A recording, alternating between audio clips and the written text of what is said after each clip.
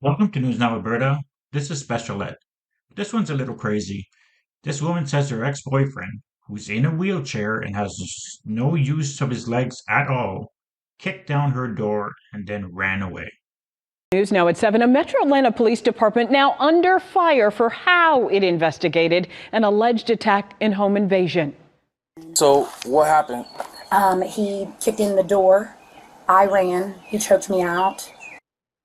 An Atlanta News First investigation uncovered evidence that woman may have fabricated her story. Investigative reporter Andy Parati found it led to the arrest of a man who says he is innocent.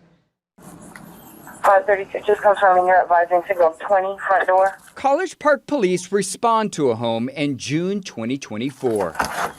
Oh, thank God. All right, how you doing? After Catherine Jensen says her ex-boyfriend attacked her minutes before they arrived. So what happened? He kicked in the door. I ran. He choked me out. Tried to get the keys from my hand of my truck. So he grabbed you by your neck? Handle him myself. I'm too small. You say he kicked the door in? He did. Charles Reed is the man Catherine claimed broke into her home and assaulted her. She said I kicked in the door. And why is that a problem? Because I'm in a wheelchair and have been for 25 years. Oh, come there. Charles cannot move his legs. He's paraplegic following an accident when he was a teenager. Andrew Fleischman is Charles' attorney. Now you can't make this shit up.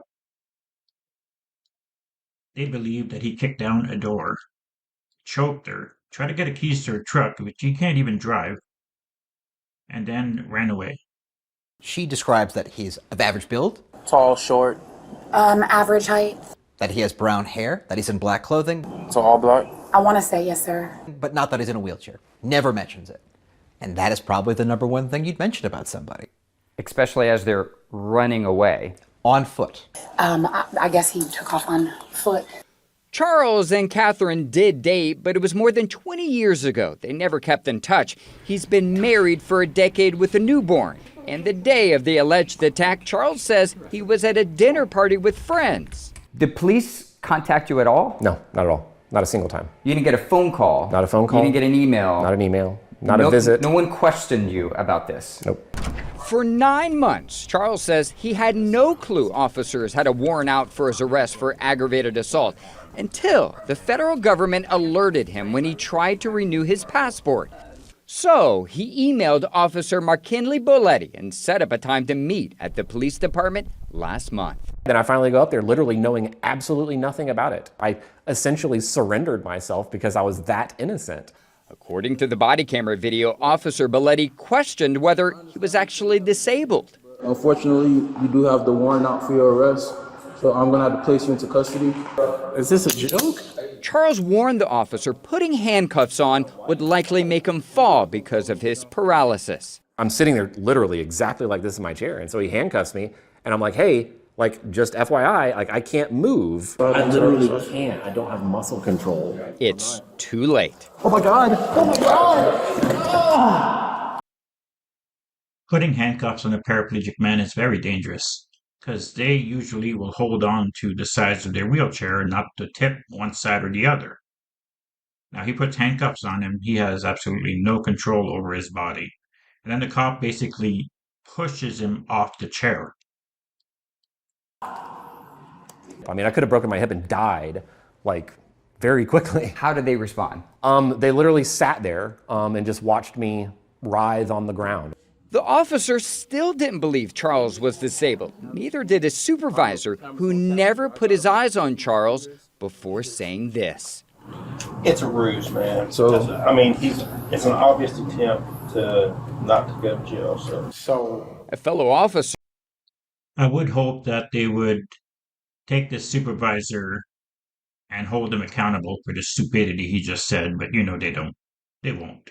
They'll let him slide. They'll let that slide. Disagreed. Might need to call the district attorney's office, because if the door was kicked in, he didn't kick it in. Finally, Officer Boletti admits he could be wrong. Because now it's looking like she might have made a false report. He started to hurt me about March of this year, and A year before Catherine claimed Charles assaulted her, the Noonan Police Department, about 30 miles away, arrested her for theft and forgery after allegedly filing a false police report claiming someone stole from her. Fleischman says officers have access to a state database identifying prior arrests, but Officer Belletti never mentions Catherine's arrest record in the incident report. So she's a liar. She's lied to cops before, made false claims before, but nobody looked into that. But I've never seen a case where somebody was so clearly innocent and it would take so little work to establish it and nobody was willing to do the work. it was a tumultuous relationship. According to this email obtained by Charles' attorney, Catherine wrote to a College Park police detective this week asking to change her statement, writing, "My mental state and physical trauma in that moment worked to confuse me. Please contact me at your convenience so I can edit the information in the report and clear the name of an innocent man." How's this impacted you? Well, I haven't been able to leave my house in a meaningful way in 2 or 3 months, just out of fear that I'll be picked up for an arrest warrant. Has the police department apologized? Not a single bit. Haven't heard a word from them. In fact, we've been trying to get into communication with them repeatedly, both me and my lawyer. Because ultimately, that's all we're asking for, just to be adults. Take responsibility when you make a mistake and try to fix it. So right now, the cops are working very hard on their stories. They're working very hard to see how they can twist this and make it right for them. They don't care about victims. College Park Police did not respond to repeated requests for comment about this case. We reached out to Catherine Jensen. She also did not respond, but her mother says she now acknowledges Charles did not attack her. Catherine has not been charged in this case. Charles' attorney says the DA's office plans to drop his charges. Andy Parati, Atlanta News First, investigates. So his charges weren't immediately dropped, and charges against the woman weren't immediately put in place. What a joke. I couldn't find anything new on this, but I hope he sues them. I would sue the living crap out of them for anything I can get. Put complaints about everyone, and that supervisor or chief or whoever it is that said, he's just faking. I'd make sure he was in a complaint too. What do you think of this? Let me know in the comments. Please like, share, and subscribe. Thank you.